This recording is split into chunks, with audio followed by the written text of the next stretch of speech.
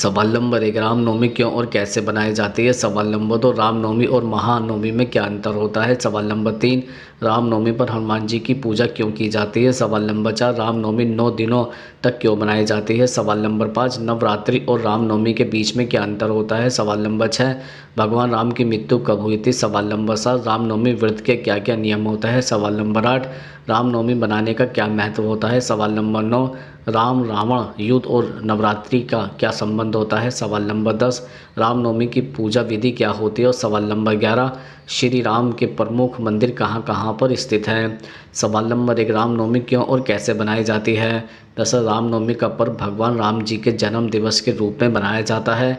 चैत्र मास की शुक्ल पक्ष की नवमी तिथि दिन जगत के पालनकर्ता भगवान विष्णु ने अपना 7वां अवतार राम के रूप में लिया था।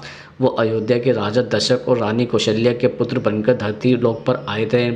जगत का कल्याण करने के लिए और रावण का वध करने के लिए भगवान ने राम का अवतार लिया। भगवान राम राजा दशरथ और रानी कौशल्या के ज्येष्ठ पुत्र के रूप में जन्म लिया था। सवाल नंबर 2, रामनवमी और महानवमी में क्या अंतर होता है? दरअसल भारतीय हिंदू धर्म में रामनवमी और महानवमी दोनों ही प्रमुख त्यौहार हैं। हालांकि दोनों त्यौहारों में अंतर है। दरअसल रामनवमी एक हिंदू त्यौहार है जो हर साल चैत्र माह के शुक्ल पक्ष की नवमी को बनाया जाता है। यह दिन भगवान राम के जन्म के अवसर पर बनाया जाता है। रामनवमी को हिंदू धर्म के उत्सवों में सबसे अधिक महत्वपूर्ण त्यौहारों में से एक माना जाता है। इसके विपरीत महानवमी एक और हिंदू त्यौहार है जो शारदीय नवरात्रों में आता है। महानवमी श्रद्धा और पूजा का दिन होता है जो नवरात्रि के 9 दिनों के अंत में पड़ता है। इस दिन माँ दुर्गा की आराधना की जाती है। इस प्रकार रामनवमी और महानवमी दोनों अलग अलग त्यौहार हैं जिन्हें अलग अलग अवसरों पर बनाया जाता है। रामनवमी भगवान राम के जन्म के अवसर पर बनाया जाता है, जबकि महानवमी नवरात्रि के 9 दिनों के अंत में बनाया जाता है और माँ दुर्गा की पूजा के लिए अर्पित होता है। दोनों त्योहारों में भक्तों द्वारा धार्मिक पूजा अर्चना की जाती है और विभिन्न रामायण श्लोकों के पाठ किए जाते हैं। सवाल नंबर 3, रामनवमी बनाने का क्या महत्व होता है? दरअसल रामनवमी का त्यौहार चैत्र मास के शुक्ल पक्ष की नवमी को बनाया जाता है जो अप्रैल मई में आता है। हिंदू धर्म शास्त्रों के अनुसार इस दिन मर्यादा पुरुषोत्तम भगवान श्री राम जी का जन्म हुआ था।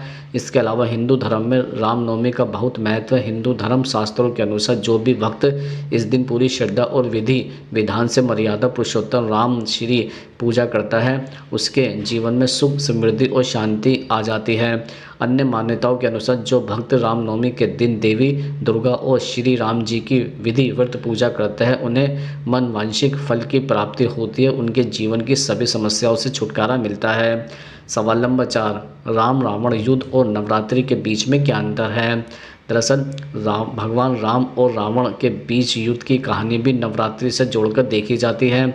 ऐसे कहते हैं कि जिस वक्त श्री राम सीता को रावण के चंगुल से छुड़ाने के लिए युद्ध लड़ रहे थे उस समय रावण पर विजय पाने के लिए भगवान श्री राम ने देवी दुर्गा का अनुष्ठान किया था। यह पूजा अनुष्ठान पूरे 9 दिनों तक चला था, जिसके बाद माँ दुर्गा ने भगवान श्री राम के सामने प्रकट होकर उन्हें जीत का आशीर्वाद दिया था। वहीं 10वें दिन भगवान श्री राम ने रावण का वध कर विजय हासिल की थी। सवाल नंबर 5, नवरात्रि और रामनवमी के बीच में क्या संबंध है?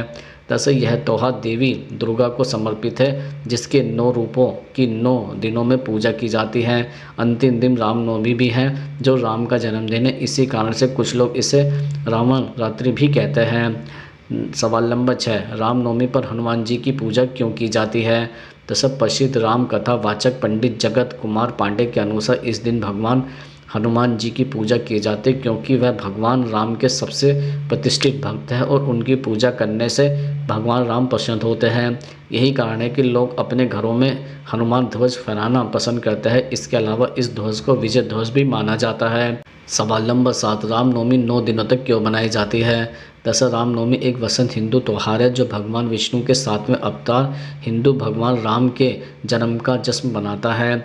यह त्यौहार बसंत उत्सव बसंत नवरात्रि के अंतिम का प्रतीक है। यह त्यौहार बसंत नवरात्रि का एक हिस्सा है और हिंदू कैलेंडर के चैत्र माह में शुक्ल पक्ष के 9वें दिन पड़ता है। सवाल नंबर 8, रामनवमी की पूजा विधि क्या होती है?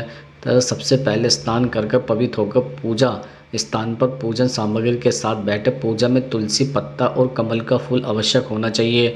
खीर और फल फूल को प्रसाद के रूप में तैयार करें। प्रभु श्री राम को लड्डू, हलवा, खीर, इमरती आदि का भोग लगाए। इसके बाद विधि से पूजा अर्चना करके आरती की जाती है और भक्तों को प्रसाद वितरित किया जाता है।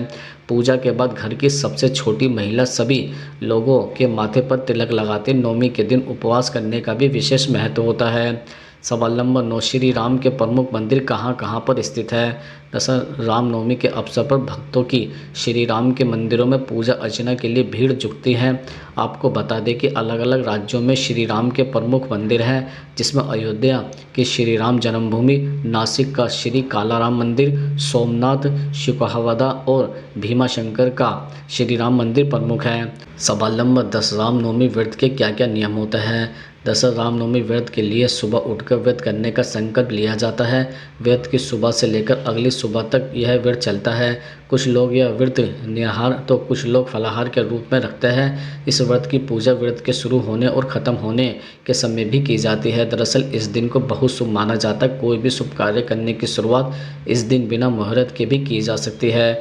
इस दिन व्रत करते समय रोली चावल, स्वस्थ जल, फूल, घंटी, शंख आदि और भी बहुत सी सामग्री पूजा के लिए इस्तेमाल होती है। भगवान राम और माता सीता व लक्ष्मण की पूजा को भी सामग्री अर्पित करने के बाद मुट्ठी भर चावल चढ़ाया जाता है। भगवान राम की कथा, आरती, राम चालीसा और के बाद पूजा में शामिल जल का घर में छिड़काव किया जाता है।